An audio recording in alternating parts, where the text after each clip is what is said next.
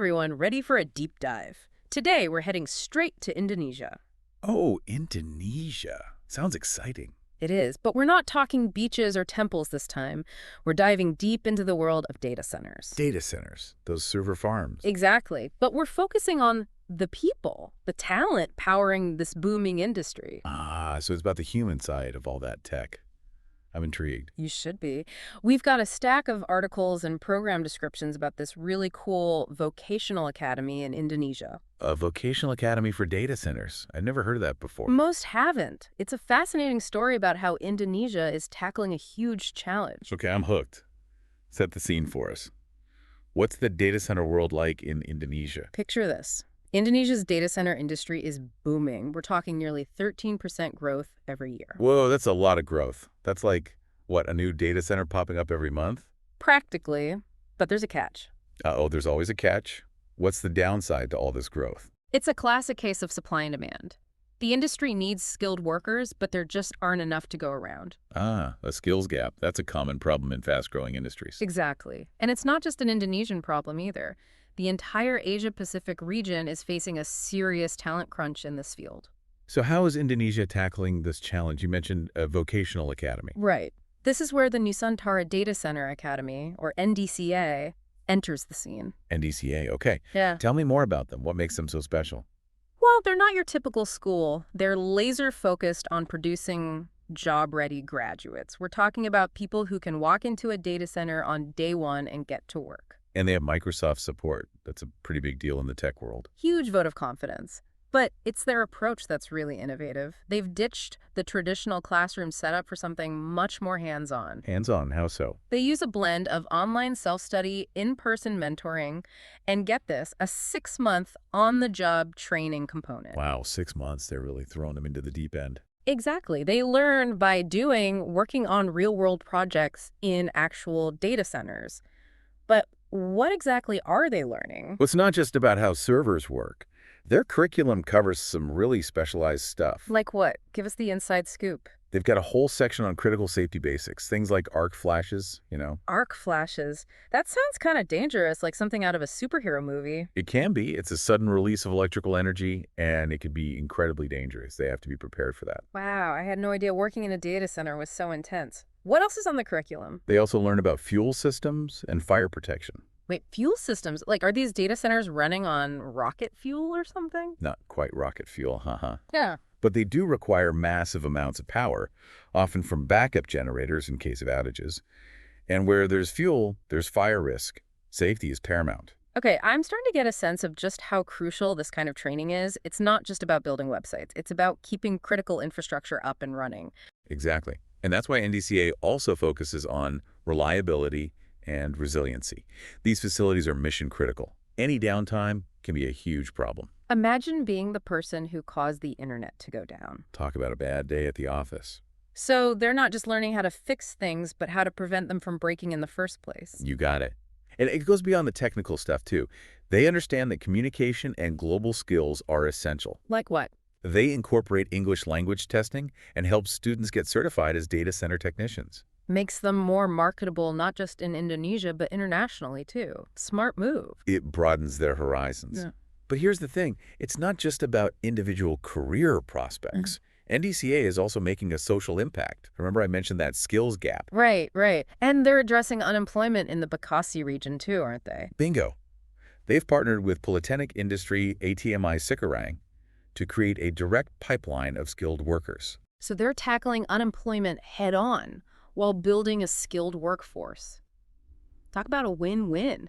But hold on, didn't you say there was a cultural element to this? Something about how vocational education is viewed in Indonesia?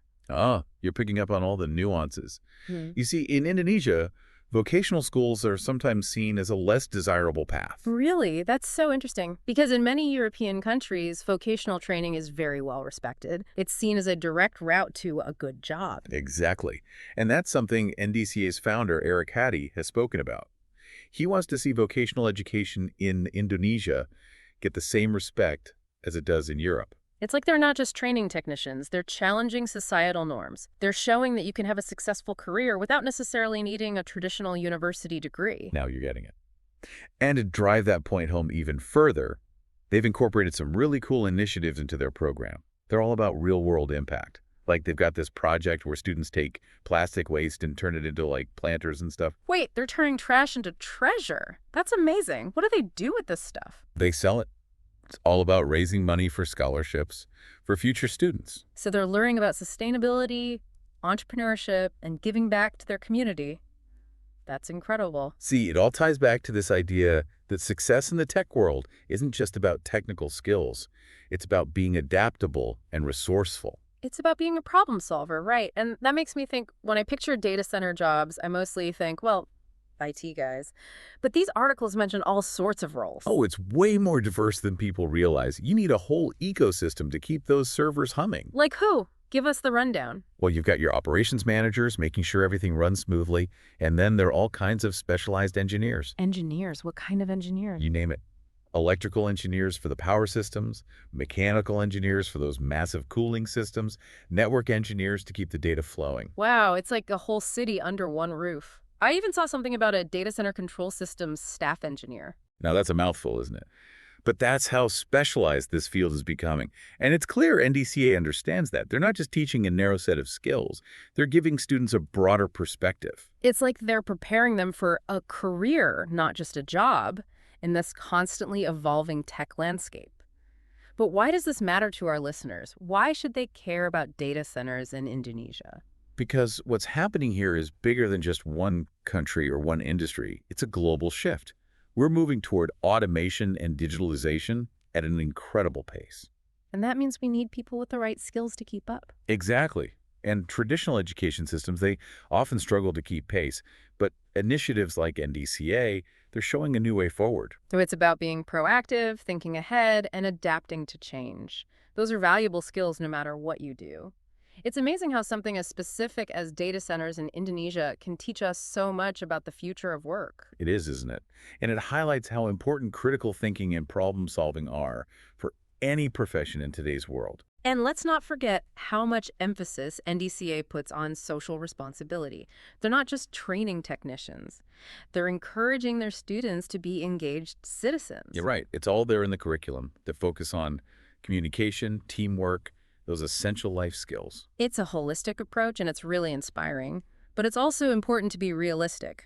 No program is perfect, right? There have to be challenges. Of course.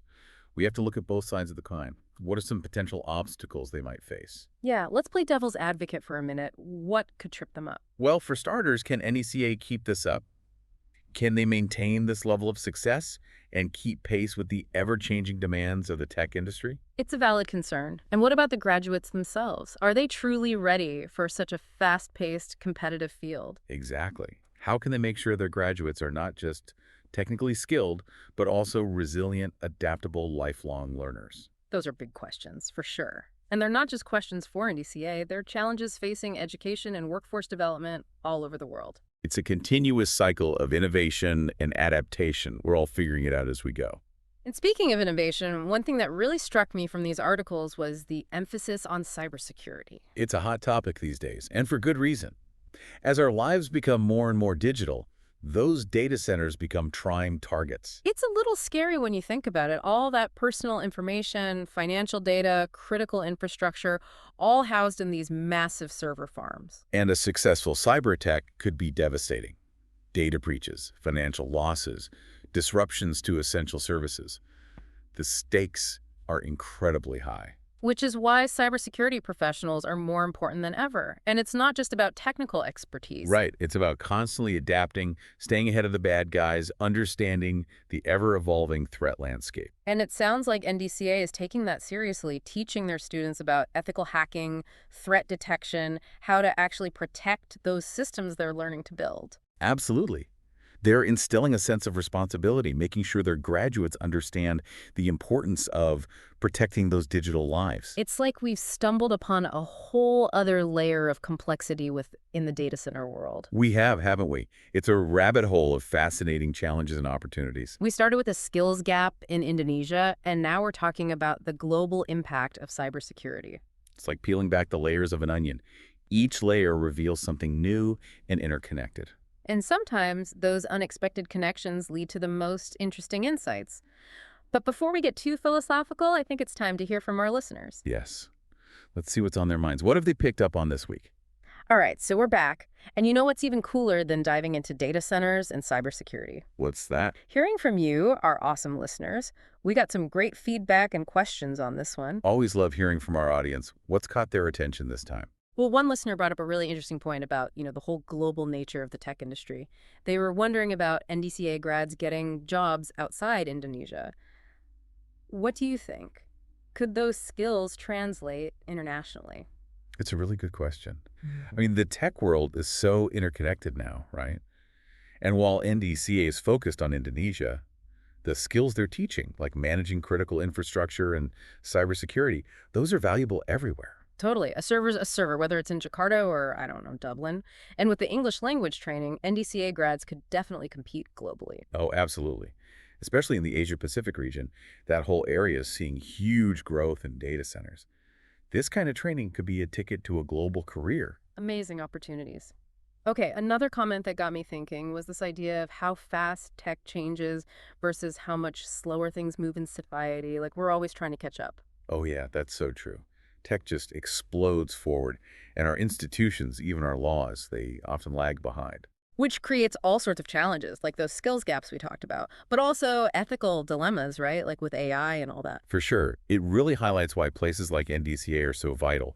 They're not just teaching tech skills, they're teaching adaptability, critical thinking, how to deal with constant change. It's about making sure we're the ones in the driver's seat, right? Yeah. Shaping technology in a way that benefits everyone. Okay, last comment, and this one really resonated with me. This listener was blown away by how initiatives like NDCA can actually empower people, lift up entire communities. It's the human impact, right?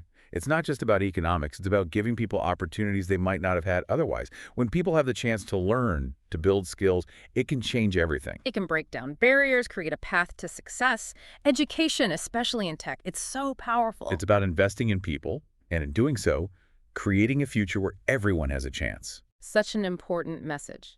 And, this whole conversation, this deep dive, it's really been a journey. We explored data centers in Indonesia, the global skills gap, cybersecurity, and the power of education. It really highlights how interconnected all these issues are. Mm, And at the heart of it all are these amazing human stories. absolutely. And this is just the beginning of the conversation, right? We need to keep talking about these things, keep exploring, keep searching for solutions. Because the future belongs to those who are willing to learn, to adapt, to collaborate. That's how we build a better world for everyone. Couldn't have said it better myself. To everyone listening, thank you for joining us on this deep dive. Keep those questions coming, keep those conversations going. And until next time, keep exploring, keep learning, and most importantly, keep asking those big questions.